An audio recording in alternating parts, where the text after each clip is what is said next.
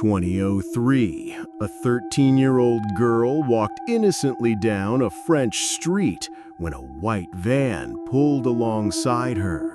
The driver seemed harmless enough, just asking for directions to Mont de la Salle. To help the stranger, she climbed into the van to show him the way. The moment she entered, everything changed. The man's eyes glazed over, his smile turned sinister. He bound her hands and ankles with rope, then asked the question that would haunt her forever. "Are you a virgin?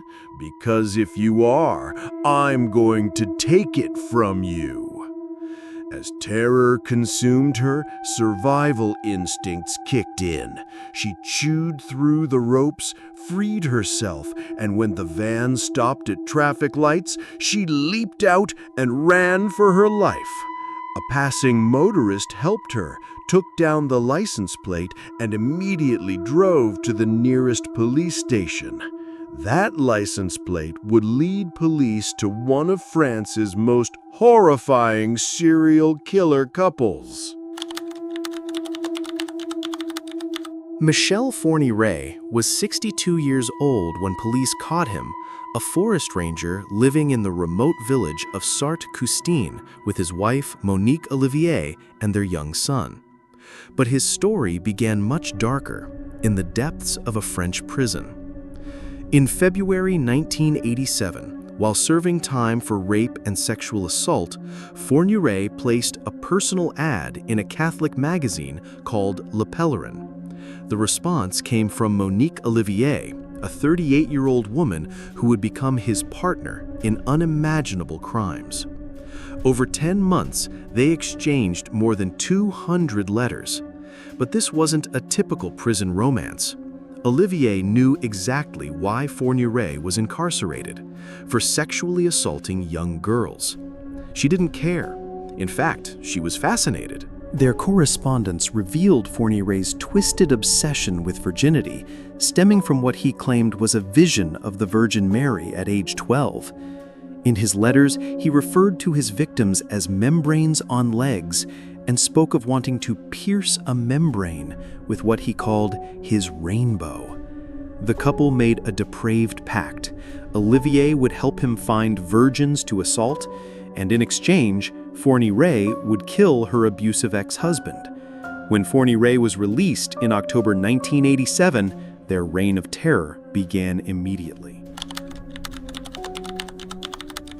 When police traced the white van's license plate to Fourniret, they obtained search warrants and descended on his property with diggers and ground-penetrating equipment.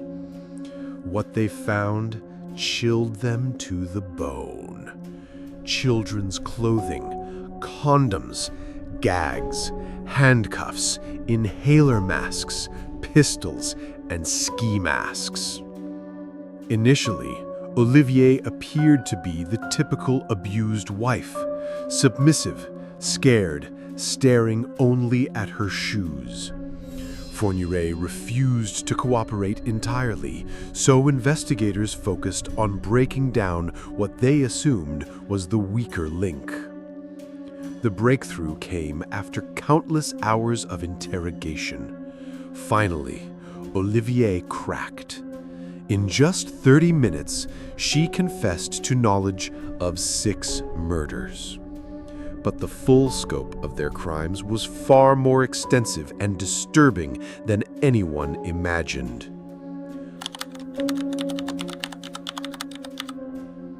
Isabelle Laville, the first victim. December 11th, 1987. Just 2 months after Fourniret's release, 17-year-old Isabelle became their first victim. The couple's method was calculated and cruel. Olivier would approach young girls, offering rides home, while Fourniret pretended to be a hitchhiker they'd pick up along the way. This made victims feel safer with a woman present. After drugging Isabelle with Rohypnol, they brought her home. When Fourniret struggled with his assault, Olivier helped him. Afterward, he strangled Isabel and disposed of her body in an abandoned well. Her remains weren't found for 18 years. Fabienne Leroy, The Decoy continues. August 3rd, 1988. At a supermarket in Chalon-sur-Marne, the couple approached 20-year-old Fabienne, claiming Olivier was ill and needed help finding a doctor. Once in their van, they drove her to a remote forest where Fourniret raped and shot her with a shotgun. Her body was discovered the next day. By this time, observers wondered how a simple forestry worker could afford the luxurious chateau where some of the murders took place. The answer lay in Fourniret's prison connections. A fellow inmate, bank robber Jean-Pierre Hellegwarth, had enlisted his wife, Frida Hamiche, to recover buried treasure from previous heists. Unsure she could handle it on her own, Frida brought Fourniret and Olivier to help locate the stash. They found dozens of kilos of gold, bullion, coins, and cash. But when it came time to divide the treasure, Frida ended up dead by a bayonet wound in the trunk of their car. Her body was never found. Fourniret used the stolen treasure to buy his chateau for 1.2 million francs in cash, funding their killing spree for the next 15 years. Isabelle Brichet, using their own child. September 1989. 12-year-old Elizabeth's murder revealed the couple's most disturbing tactic yet. They had brought their infant son, born exactly 9 months after Isabel's murder, and used him to lure Elizabeth into their van, claiming the baby was sick and needed medical attention. After holding her captive and assaulting her over multiple days, Fourniret strangled Elizabeth and buried her body 3 meters deep on their chateau grounds. She was found in 2004, still wearing the purple raincoat from the day she disappeared. Joanna Parrish, 1990, an English teacher working in France's Burgundy region. She'd placed an ad offering private English lessons. Fourniret responded, claiming he needed tutoring for his son. When they met, he attacked her in his van while Olivier sat in the front seat. After raping and strangling her, he dumped her body in the River Yonne. Natasha Denay, 1990. 13 years old, lured into their van while walking through a parking lot. Fourniret drove her to a remote coastal area where he stabbed her with a screwdriver and strangled her, leaving her body on the beach. Post-mortem examination revealed she had been raped after death. Céline Cezanne, 2000. The 18-year-old niece of a police officer reported missing when she failed to return from school. Her skeletal remains were found by mushroom pickers 2 months later in a Belgian forest. Manea Tumpong, 2001. The 13-year-old daughter of Thai immigrants disappeared after leaving a library. Her skull and clothing were discovered by hikers a year later. Despite Fourniret's denials, Olivier confirmed to police that he had succeeded in penetrating a virgin. When the case went to trial in 2008, it became a media sensation. While Fourniret's guilt was evident, all eyes were on Olivier. How could a mother participate in the rape and murder of young girls over a decade? Initially, Olivier maintained her facade of being the controlled, frightened wife of a monster. But psychological testing revealed the shocking truth about her intelligence. On standard cognitive tests, Olivier scored 36 out of 40 on spatial reasoning, French average is 11, and 76 on symbol memorization, French average is 17. Her IQ tested at 131, placing her in the top 2.2% of the French population. This was no dim, manipulated housewife. This was a brilliant woman who had chosen to become half of a killing machine. During the trial, Fornere's behavior was equally disturbing. He refused to answer questions and even made a sign reading, "No closed session, closed mouth." Most shockingly, he requested that female jurors confirm whether they had been virgins when they married, a request that was obviously denied. When the trial delved into the couple's sex life, horrifying details emerged. Fornere suffered from impotence and required Olivier's assistance before assaulting victims. Even more disturbing, they would recreate their crimes in their own bedroom, with Olivier asking Fornere to rape her as he had forced his victims to beg. The sentence. Michel Fornere received life in prison without possibility of parole. Monique Olivier was sentenced to 28 years without parole. 9-year-old Estelle Mouzin disappeared on November 9, 2003, while walking home from school. Witnesses reported a man in a white van approaching another student that same day, offering a ride because her backpack looked heavy. Initially, Fornere had an alibi. Phone records showed him talking to his son on the boy's birthday at the time of Estelle's disappearance. However, Olivier later revealed she had made that call for him. She also admitted to taking care of Estelle when Fornere brought her to their house. Estelle's body has never been found. She remains their final known victim, forever frozen in time as a 9-year-old child.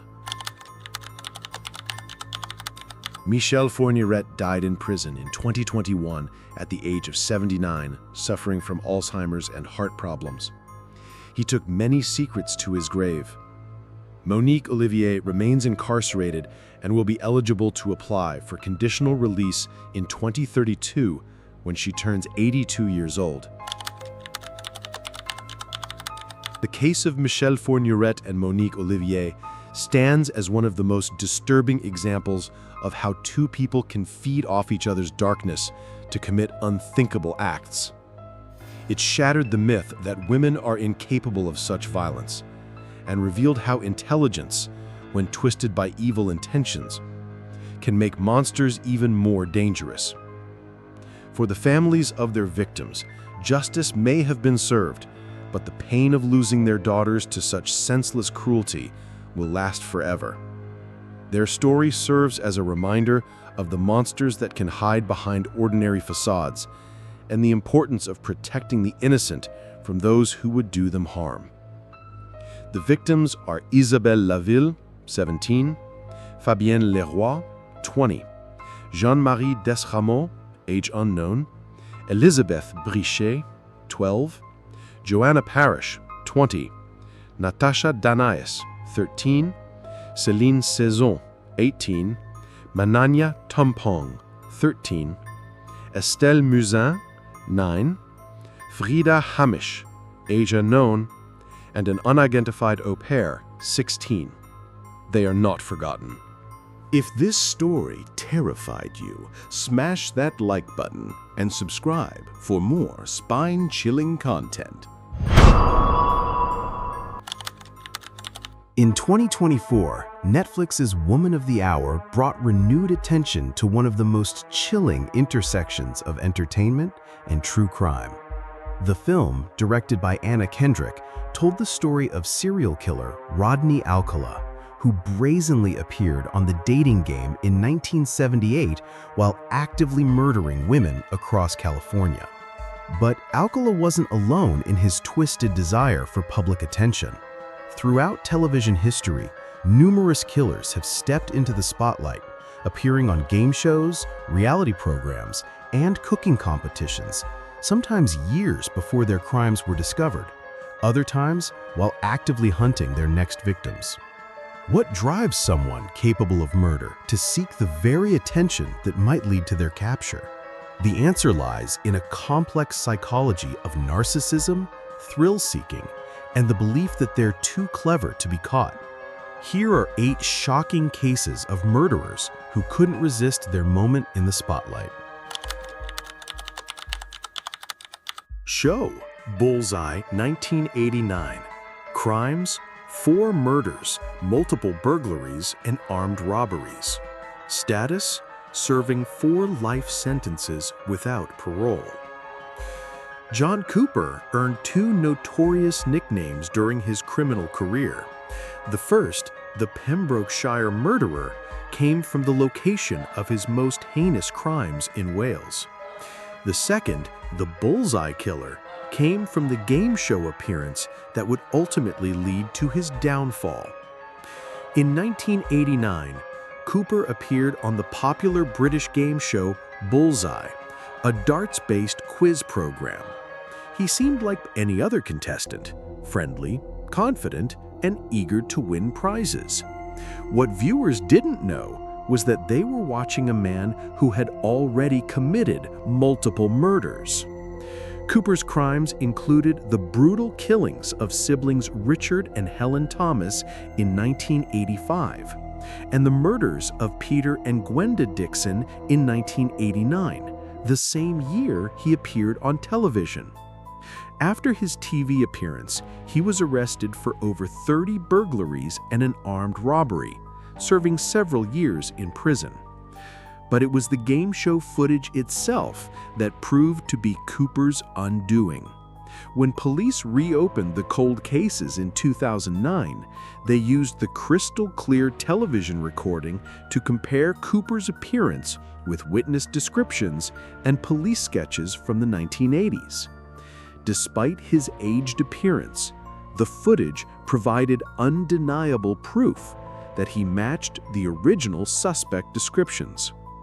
The irony was perfect. Cooper's desire for television fame had created the very evidence that would convict him 20 years later. How Jeopardy! 1989. Crime: murder by nicotine poisoning. Status: serving life without parole. Paul Curry was the kind of contestant Jeopardy producers loved. Intelligent, articulate, and successful. He appeared on the show twice in 1989, walking away with over $24,000 in winnings and leaving audiences impressed with his knowledge. That same year, Curry met Linda Kincaid, and their whirlwind romance led to marriage in 1992. But almost immediately after their wedding, Curry began showing his true colors. He pressured Linda to take out substantial life insurance policies and transfer her assets into his name. Soon after, Linda began experiencing mysterious symptoms that baffled doctors. She grew increasingly ill with an undiagnosed condition that seemed to come and go without explanation. In 1994, just 2 years after their marriage, Linda died. For over a decade, Curry's crime remained hidden. It wasn't until an investigator decided to re-examine the evidence that the truth emerged.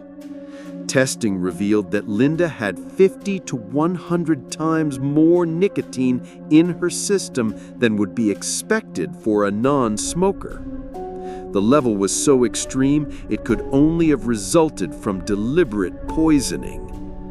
Curry had used his intelligence, the same quick thinking that made him a Jeopardy champion, to slowly murder his wife with nicotine, likely administered through food or drink over an extended period. His game show appearance now serves as a chilling reminder that intelligence and evil can coexist. François Vérove, The Pockmarked Policeman. Show: Tout le monde veut prendre sa place, 2019. Crimes, multiple murders and sexual assaults, 1986 to 1994. Status, found dead by suicide in 2021. François Vérove lived one of the most shocking double lives in criminal history. From 1986 to 1994, he terrorized the Île-de-France region with a series of brutal murders and sexual assaults. Police dubbed the unknown perpetrator Le Grêlé, the pockmarked man, due to distinctive acne scars witnesses remembered. The twisted irony? Vérove was simultaneously serving as a member of multiple French police forces, including the National Gendarmerie, the Republican Guard, and the National Police. He was also an elected municipal councillor, sworn to protect the very citizens he was victimizing. Despite having the same distinctive facial scars that witnesses described, Vérove managed to avoid suspicion for years. It wasn't until 1994 that police began theorizing that Le Grêlé might be a law enforcement officer, but by then, the attacks had stopped and the case went cold. In 2019, Vérove appeared on the French game show Tout le monde veut prendre sa place, Everyone Wants to Take Their Place. When asked about his profession, he proudly told the host that he kept Parisians safe, a statement that would later seem grotesquely ironic. The end came in September 2021, when Vérove's name appeared on a list of police officers who had been active in the region during the time of the crimes. Realizing his decades-long secret was about to be exposed, Vérove fled his home and was found dead from an overdose, leaving behind a confession that finally solved the Le Grêlé case. Show Family Feud 2019. Crime: murder of his estranged wife. Status: serving 3 life sentences with possibility of parole. When Timothy W. Bliefnick appeared on Family Feud with his family in 2019, he made what seemed like a harmless joke. Asked about the biggest mistake at his wedding, he quipped, saying, "I do." The audience laughed. Host Steve Harvey smiled, and the show continued. But that joke would later seem horrifyingly prophetic. 2 years after the show aired, Bliefnick filed for divorce from his wife Becky, who wasn't among the family members who had appeared on the program with him. Becky fought the divorce proceedings, leading to an increasingly contentious legal battle. 1 week before their divorce trial was scheduled to begin, Becky's father made a devastating discovery. His daughter was dead in her home. Police immediately recognized signs of murder and quickly focused their investigation on Bliefnick. The Family Feud footage took on a sinister new meaning. What had seemed typical game show banter now appeared to be a public confession of his true feelings about marriage. Prosecutors would later use his televised comments as evidence of his state of mind regarding his relationship. Bliefnick was convicted of murder and sentenced to 3 life sentences. His moment of television fame became evidence in his own murder trial. So, it was the shows Megan Wants a Millionaire and I Love Money 3. The crime, the murder of his wife, Jasmine Fiore. Status, deceased by suicide. Ryan Jenkins seemed to have it all. Canadian real estate wealth, reality TV fame, and a whirlwind romance. He first appeared on Megan Wants a Millionaire, a dating show where men competed for the affections of model Megan Hauserman. After filming Wrapped, Jenkins met Jasmine Fiore in Las Vegas. Their romance was intense and rapid. They married just 2 days after meeting in March 2009. Jenkins then appeared on another reality show, I love money. But during filming, fellow contestants and producers noticed disturbing behavior. Jenkins was obsessively checking on Jasmine's activities, displaying the kind of controlling jealousy that serves as a warning sign in domestic relationships. Shortly after filming concluded, the couple traveled to San Diego. It would be the last time Jasmine was seen alive. Her body was discovered on August 15, 2009, showing signs of extreme violence. Jenkins immediately fled to Canada, but he wouldn't face trial for his crimes. 6 days after murdering his wife, he took his own life, ending a story that had begun as reality TV romance and concluded as real-life tragedy. The case highlighted how reality television's pressure cooker environment and emphasis on dramatic personalities can sometimes mask genuinely dangerous individuals. Shows. To Tell the Truth, What's My Line, 1972. Crimes. Confirmed 5 murders, suspected of many more. Status. Died on death row in 2011. Edward Wayne Edwards was a master manipulator who understood exactly how to work the media system. By the time he appeared on 2 game shows in 1972, he had already served time as one of the FBI's 10 most wanted criminals for a string of robberies. But Edwards had reinvented himself as a reformed criminal, writing a book about his experiences and positioning himself as someone who had seen the error of his ways. Television producers found his story compelling.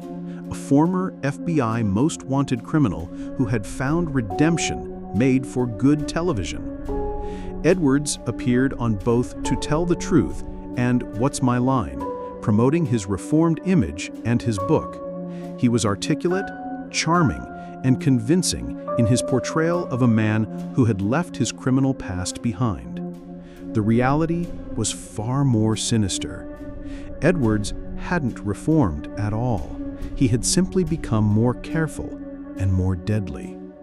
In 1977, he escalated to murder, killing a young couple in Ohio. Over the next 3 decades, he would kill at least 5 confirmed victims, with investigators suspecting his involvement in many more deaths. Edwards's game show appearances now serve as a chilling reminder of how skilled manipulators can use media attention to further their deceptions. His charm and apparent rehabilitation were all part of an elaborate facade hiding an increasingly dangerous killer, Lori Vallow Day. How? Wheel of Fortune, 2004. Crimes: murder of her 2 children and conspiracy in other deaths. Status: convicted and serving life sentence.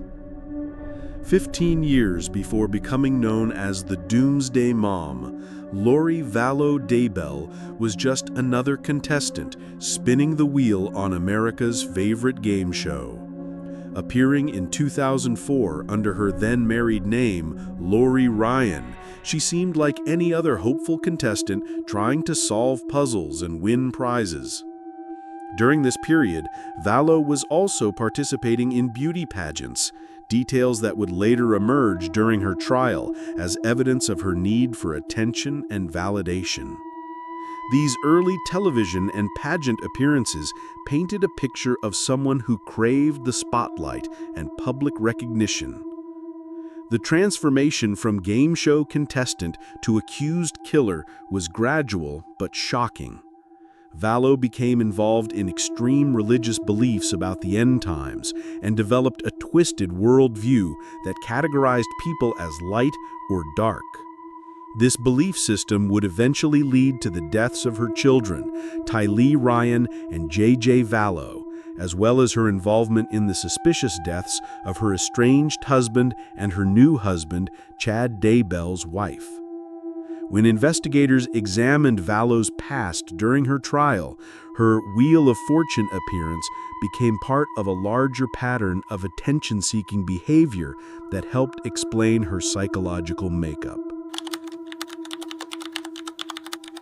Let's now get into MasterChef Celebrity Special.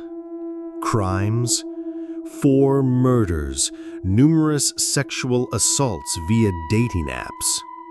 Status, serving life sentence. Stephen Port's appearance on a celebrity edition of MasterChef created one of the most disturbing ironies in television crime history. The show featured Port cooking meatballs with celebrities and serving them to homeless individuals. A heartwarming segment about using culinary skills to help the less fortunate. The reality of Port's life was far more sinister.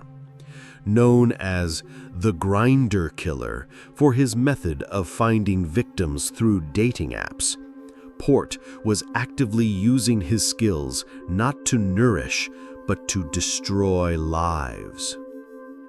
Port's method was calculating and cruel. He would lie about his education and profession on dating profiles, luring young men to meet him. Then he would drug his victims with GHB, a date rape drug, before sexually assaulting them. 4 of his victims died from fatal overdoses of the drug. His first victim was 23-year-old Anthony Walgate in June 2014. When Port realized Walgate had died from the overdose, he placed the body outside and called for an ambulance. He was briefly imprisoned for giving inconsistent accounts of the death, but wasn't considered a murder suspect at the time. Port continued his crimes, committing at least a dozen more sexual assaults and killing 3 more men. Throughout this period, he maintained his public persona, even appearing on the cooking show. The contrast between Port's television appearance, helping feed the homeless, and his real crimes created a particularly disturbing juxtaposition that highlighted how effectively killers can hide behind public good deeds. Why killers seek fame? The phenomenon of killers appearing on television reveals several psychological patterns. Narcissism and grandiosity. Many serial killers possess extreme narcissism, believing they're superior to others and deserve attention and recognition. Thrill-seeking.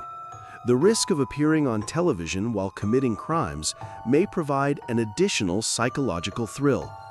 Manipulation. Television appearances can serve as elaborate alibis or ways to control public perception. Hiding in full view. Sometimes the best place to hide is in full view, appearing normal and even celebrated by society. The role of media. These cases also raise questions about media responsibility and the nature of fame in modern society. How well do producers vet contestants for reality shows and game shows? What responsibility does media have when killers use platforms to further their deceptions? How does the pursuit of compelling television content sometimes overlook warning signs? The intersection of entertainment and murder creates some of the most disturbing stories in true crime. These killers didn't just commit heinous acts, they sought to be celebrated, remembered, and applauded while doing so. Their television appearances serve as permanent records of their deceptions, offering insight into the minds of individuals capable of compartmentalizing extreme violence with public performance. In some cases, like John Cooper's, their own desire for fame provided the evidence that would ultimately convict them. These stories remind us that evil often wears a familiar face, smiles for cameras, and can even win game shows. They challenge our assumptions about how killers look and act, proving that the most dangerous predators are often those who blend seamlessly into society, and sometimes into our living rooms through our television screens. The victims of these crimes, Linda Kincaid, Jasmine Fiore, Becky Bleefnick, Tylee Ryan, J.J. Vallow, and Anthony Walgate, and the others who lost their lives, deserved better than to be remembered primarily as the victims of television-famous killers. Their stories remind us that behind every sensational headline and Netflix documentary are real people whose lives were cut tragically short by those who craved the spotlight more than they valued human life.